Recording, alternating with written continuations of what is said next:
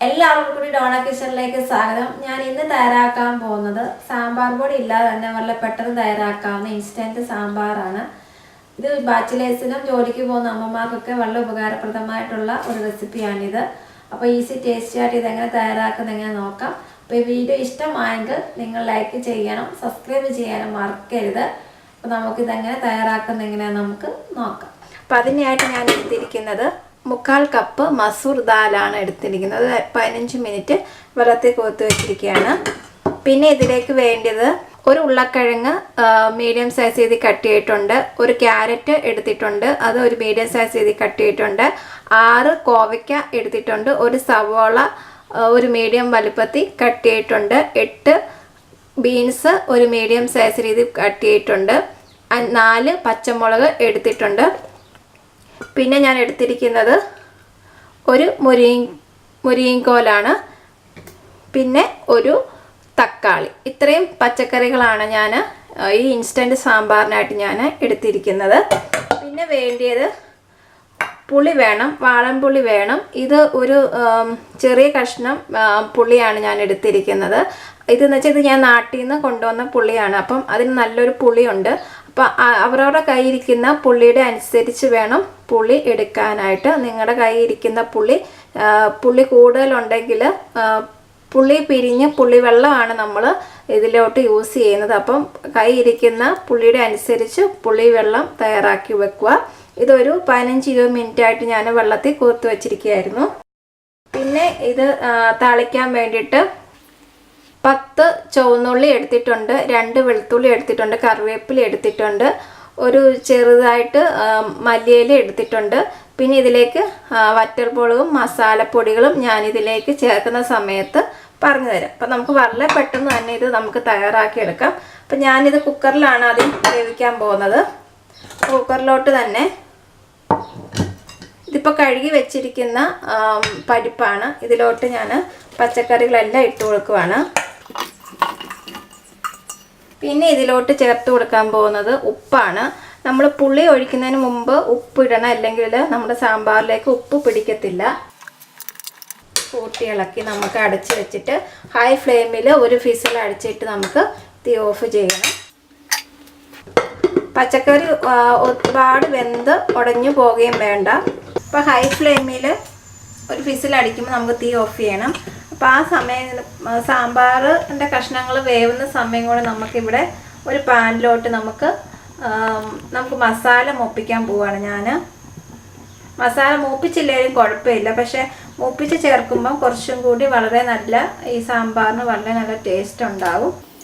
ഞാൻ 1 ടീസ്പൂൺ മല്ലിപ്പൊടി ചേർത്തിട്ടുണ്ട്, ഒരു 1/4 ടീസ്പൂണോളം മഞ്ഞൾപ്പൊടി, 1/2 ടീസ്പൂണോളം ഞാൻ കാശ്മീരി മുളക് പൊടിയാണ് ചേർക്കുന്നത്. കാരണം ഞാൻ പച്ചമുളക് എരിവുള്ള പച്ചമുളക് ചേർത്തിട്ടുണ്ട്, അതുകൊണ്ട് ഞാൻ കാശ്മീരി മുളക് പൊടിയാണ് ചേർക്കുന്നത്. ഇത് നന്നായിട്ട് മസാല മൂത്ത് കഴിയുമ്പോഴത്തേക്ക് നമുക്ക് തീ ഓഫ് ചെയ്യണം. ലോ ഫ്ലെയിമിൽ ഇടാവുള്ളൂ, ഹൈ ഫ്ലെയിമിൽ ഒന്ന് ഇട്ട് ചെയ്തേക്കരുത്, നമ്മുടെ പൊടികൾ കരിഞ്ഞു പോകും. അപ്പോൾ കുക്കറിൻ്റെ ഫിസിൽ വന്നിട്ടുണ്ട്. ഹൈ ഫ്ലെയിമിൽ ഒരു ഫിസിലടിച്ച് ഞാൻ തീ ഓഫ് ചെയ്തു. ഇനി അത് അവിടെ ഇരുന്ന് അതിൻ്റെ സ്റ്റീം എല്ലാം പോയതിന് ശേഷം നമുക്ക് ഓപ്പൺ ചെയ്യാം. ഇനി ഇതിലോട്ട് ഞാൻ കുറച്ച് കായം കൂടി ചേർക്കുവാണ്. ഇപ്പോൾ 2-3 മിനിറ്റ് ആയി. ഞാനൊരു പാത്രത്തിലോട്ട് ഇത് മാറ്റുവാണ്. ഇപ്പോൾ നമ്മുടെ മസാലയെല്ലാം നന്നായിട്ട് മൂത്തിട്ടുണ്ട്, ഇത് മതി. ഇപ്പോൾ അതേ ഞാൻ മസാലപ്പൊടി മൂത്തത് ഒരു പാത്രത്തിലോട്ട് മാറ്റിയിട്ടുണ്ട്. അപ്പോൾ ഇത് സാമ്പാറിൻ്റെ കഷ്ണങ്ങൾ വെന്തതിന് ശേഷം നമുക്ക് ഇത് ചേർത്ത് കൊടുക്കാം. അപ്പം അതിനായിട്ട് നമുക്ക് വെയിറ്റ് ചെയ്യാം. വിസിലൊക്കെ തുറന്ന് നമുക്ക് നോക്കാം. കുക്കറിലെ പച്ചക്കറികളെല്ലാം വെന്തിട്ടുണ്ട്. ഇത് ഞാൻ വേറൊരു പാത്രത്തിലോട്ട് മാറ്റി. ഇപ്പം നമുക്ക് സാമ്പാറിന് കുറച്ച് വെള്ളം വേണം. അപ്പം ഞാനിപ്പം ഈ കുക്കറിലോട്ട് ഇത് ചെറു ചൂടുവെള്ളം ആയതിന് ശേഷം നമുക്കിതിലോട്ട് ഒഴിച്ചു വിടണം. പിന്നെ പച്ചവെള്ളം ഒഴിച്ച് ചൂടാകുന്നതിനേക്കാൾ നല്ലത് ചെറു ചൂടുവെള്ളം ഒഴിക്കുന്നത് തന്നെയാണ്. ചൂടുവെള്ളമാണ് ഞാൻ ഒഴിച്ചിരിക്കുന്നത്. ഇപ്പം അഥവാ നിങ്ങൾക്ക് വെള്ളത്തിൻ്റെ അളവ്, കാരണം നമുക്ക് സാമ്പാറിലല്ലേ, അപ്പം നല്ലതായിട്ട് ചാറ് വേണം, എന്നാൽ ഒത്തിരി കൂടാനും പാടില്ല. ഇനി നമുക്ക് ഇതിലോട്ട് ചേർത്ത് കൊടുക്കുന്നത് മുരിങ്ങക്കോലാണ്. മുരിങ്ങക്കോലൊക്കെ ഇപ്പം ചേർത്താൽ മതി, അതിനൊന്നും അധികം വേവില്ല. കാരണം നമ്മൾ കുക്കറിലിട്ട് അടിക്കുമ്പോൾ അത് വെന്ത് ഉടഞ്ഞ് പോവും. അതുകൊണ്ടാണ് വേവ് കുറഞ്ഞ പച്ചക്കറികളൊക്കെ ഇപ്പം നമുക്കിട്ട് ചേർത്ത് കൊടുക്കാവുന്ന.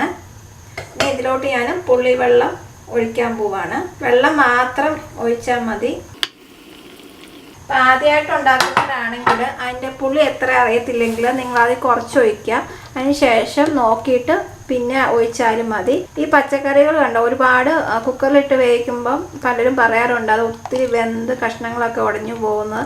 അത് നമ്മൾ ആ ഒരു ഒറ്റ ഫിസിൽ അടിച്ചാൽ മതി. കാരണം ഒരുപാട് നേരം കുക്ക് ചെയ്യുമ്പോഴാണ് നമ്മുടെ പച്ചക്കറികളൊക്കെ വെന്ത് ഉടഞ്ഞു പോകുന്നത്.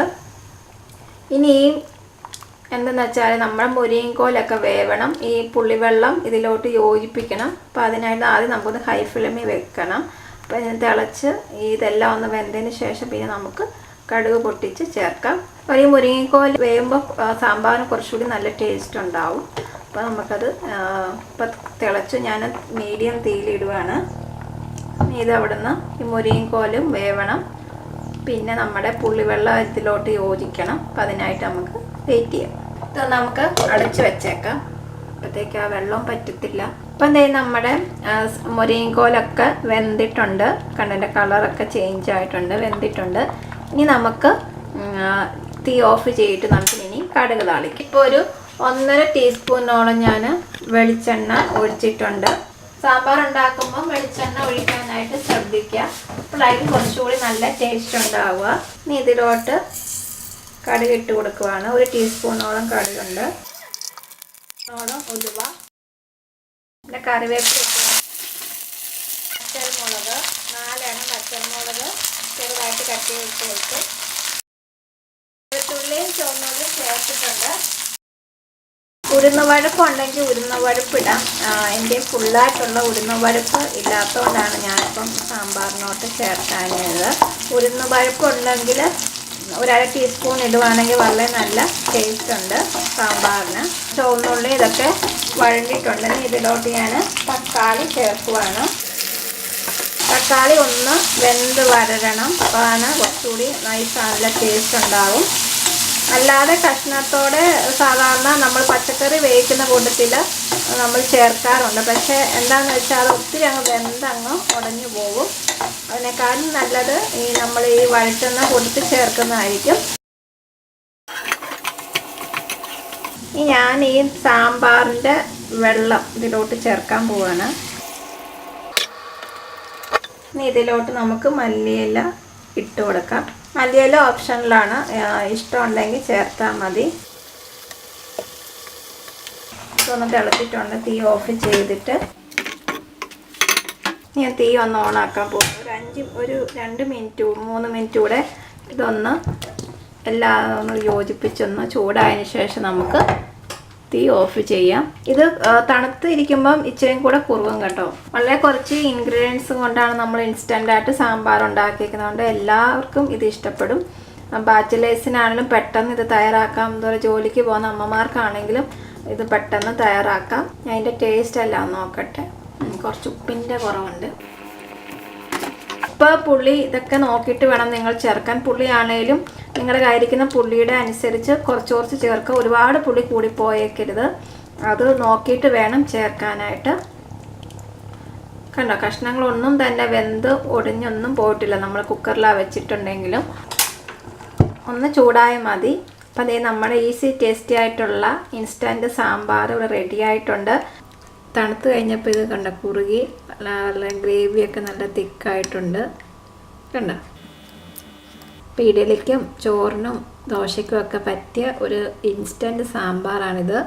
അപ്പോൾ എല്ലാവരും ട്രൈ ചെയ്ത് നോക്കിയിട്ട് ഫീഡ്ബാക്ക് പറയാൻ മറക്കരുത്. അടുത്ത റെസിപ്പിയായി വരുന്നത് വരെ നന്ദി, നമസ്കാരം. Thank you.